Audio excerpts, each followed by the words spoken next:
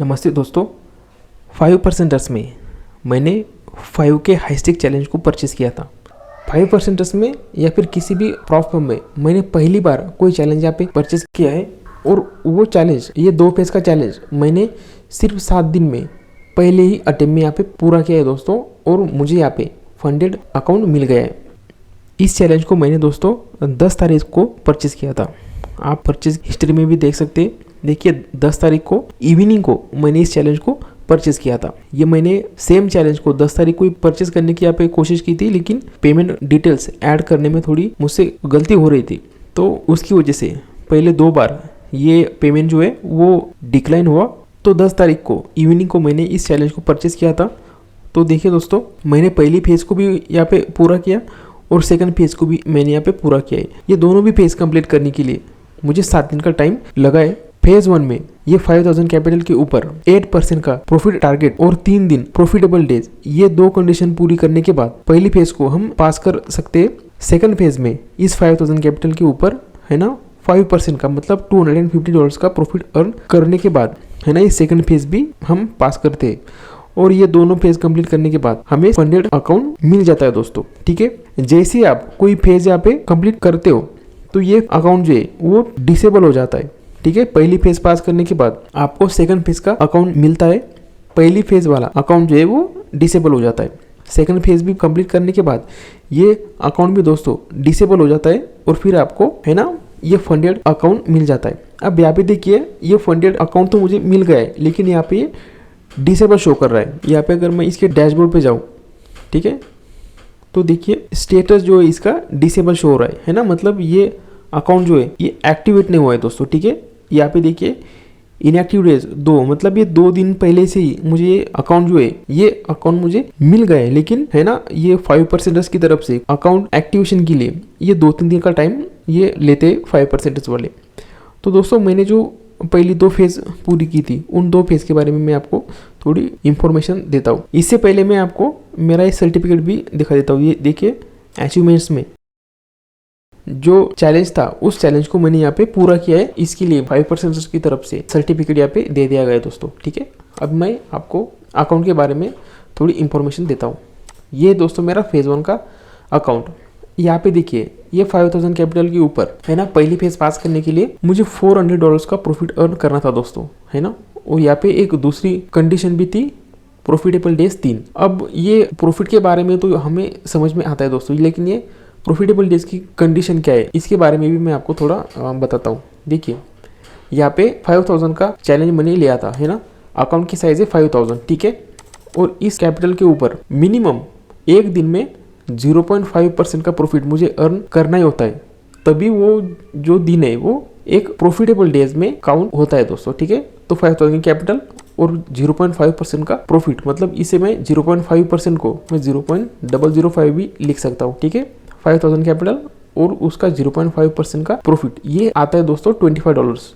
एक दिन में मुझे मिनिमम है ना $25 का प्रॉफिट अर्न करना ही पड़ता है, 25 या फिर 25 से ज्यादा का। ठीक है, तब जाके ये प्रॉफिटेबल डे में काउंट होता है। तो यहाँ पे देखिए ये $400 का टारगेट जो था 8% का, इस टारगेट को दोस्तों मैंने एक दिन में ही पूरा कर दिया था, है ना। इसका स्क्रीनशॉट टेलीग्राम ग्रुप पे भी पोस्ट किया था। लेकिन यहाँ पे देखिए मैंने $475, मतलब उसके बाद भी 2 दिन तक मुझे $25 प्रॉफिट अर्न करना पड़ा था, है ना। तब जाके ये मेरी पहली फेज जो है ये पूरी हो गई। ठीक है, पहली फेज पूरी हो जाने के बाद ये अकाउंट जो है वो आपका डिसेबल हो जाता है। ठीक है, अब दोस्तों मैं यहाँ पे है ना 1 मिनट टाइम फ्रेम पे ट्रेड करता हूँ। तो जैसे कि दोस्तों मैं यहाँ पे 1 मिनट टाइम फ्रेम पर ट्रेड करता हूँ और मेरी लॉट साइज भी यहाँ पे कम रहती है, तो इसकी वजह से मुझे यहाँ पे ज़्यादा ट्रेड्स लेने पड़ते हैं।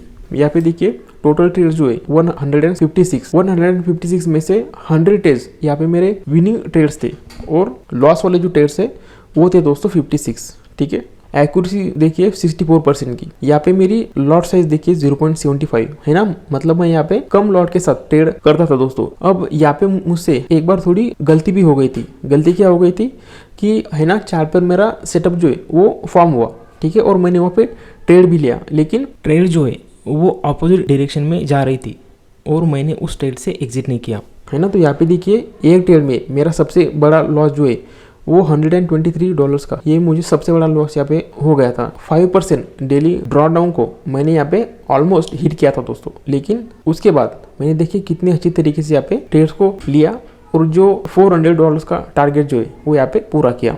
ये तो हो गया दोस्तों ये फेज़ 1 का। फेज़ 2 के बारे में आपको मैं दिखाता हूँ। यहाँ पे भी देखिए नंबर ऑफ ट्रेड्स ज़्यादा है दोस्तों, ठीक है। पहली फेज पास होने के बाद मैंने मेरी लॉट साइज को और भी कम कर दिया। यहाँ पे देखिए एवरेज ट्रेड साइज है 0.36 की, है ना। बहुत ही कम लॉट के साथ मैंने यहाँ पे ट्रेड किया है और मेरी स्ट्रैटेजी ने एक्यूरेसी दोस्तों देखिए 70% से भी ज़्यादा की एक्यूरेसी यहाँ पे दी है, ठीक है। तो सेकंड फेज में मुझे सिर्फ 5% का टारगेट ही पूरा करना था, लेकिन इस फेज को पूरा करने के लिए मुझे 4 दिन का टाइम लगा दोस्तों। पहले दिन फेज 1 की तरह यहाँ पे भी, है ना, मैंने एक ट्रेड को होल्ड किया। ट्रेड मेरे ऑपोजिट डायरेक्शन में जा रही थी, लेकिन मैं उस ट्रेड से एग्जिट कर नहीं पाया और यहाँ पे देखिए दोस्तों मुझे $143 का ही सबसे बड़ा लॉस लेना पड़ा। बेस्ट प्रॉफिट था मेरा $54 का, लेकिन जो लॉस है ना, लगभग 3 गुना ज़्यादा लॉस मैंने सिर्फ एक ही ट्रेड में किया। लेकिन उसके बाद मैंने डिसिप्लिन के साथ यहाँ पे ट्रेड किया और जो है ना 5% का जो फेज 2 का टारगेट था उस टारगेट को मैंने पूरा किया दोस्तों, ठीक है। अभी भी देखिए ये मेरा फेज 2 का अकाउंट। अब यहाँ पे देखिए, यहाँ पे मैं अगर लॉगिन करने की कोशिश करूँ तो ये लॉगिन हो नहीं पाएगा, क्योंकि इस अकाउंट को, है ना, ये 5%ers ने यहाँ पे डिसेबल कर दिया है। अब ये जो फंडेड अकाउंट मुझे मिल गया है दोस्तों, ठीक है। यहाँ पे देखिए क्रेडेंशियल में अगर मैं जाऊँ तो यहाँ पे मुझे, है ना, लॉगिन डिटेल्स मिल गई है, लेकिन मैं इस लॉगिन डिटेल्स को यूज़ करके, है ना, आईडी और पासवर्ड को यूज़ करके अकाउंट में लॉगिन कर नहीं सकता दोस्तों, क्योंकि ये अकाउंट जो है वो डिसेबल है। इसे एक्टिवेट होने के लिए शायद 1 दिन का टाइम और लग सकता है। यहाँ पे देखिए 2 इनएक्टिव डेज मैंने यहाँ पे कोई ट्रेड ही नहीं लिया, क्योंकि ये अकाउंट जो है वो एक्टिवेट नहीं हुआ है। यहाँ पे एक और बात को आप अगर ध्यान से देखोगे दोस्तों, यहाँ पे मैंने जैसे ट्रेड तो कुछ नहीं किया, लेकिन इक्विटी जो है अकाउंट की साइज कितनी 5000, लेकिन यहाँ पे 5039 यहाँ पे शो हो रहा है।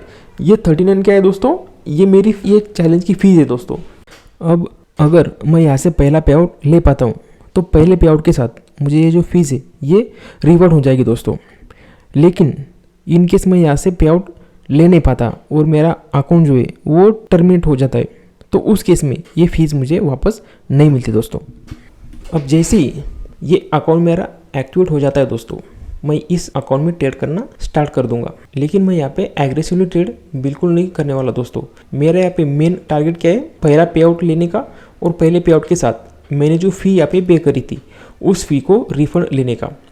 फ़ी रिफंड लेने के बाद इस अकाउंट में मैं एग्रेसिवली ट्रेड कर सकता हूँ, ठीक है। जो भी होगा अपडेट मैं आपको यहाँ पे चैनल पे, है ना, वीडियो के ज़रिए दे दूंगा, ठीक है। आपको इस 5%ers में, है ना, ये प्रॉप फर्म के चैलेंज को लेकर कोई आपके अगर सवाल है तो आप मुझे इस वीडियो के कमेंट में पूछ सकते हैं, ठीक है। बहुत ही अच्छे से मैंने इस प्रॉप फर्म की स्टडी की है ना, और स्ट्रैटेजी के ऊपर भी मैंने बहुत ही अच्छे से वर्क किया है दोस्तों। स्ट्रैटेजी तो मैं आपको फ्री में बता नहीं सकता, लेकिन, है ना, आपके इस प्रॉप फर्म से रिलेटेड या फिर स्पेसिफिकली 5% से रिलेटेड कुछ अगर आपके सवाल है तो आप मुझे कमेंट बॉक्स में पूछ सकते हैं। मिलते हैं दोस्तों नेक्स्ट वीडियो में।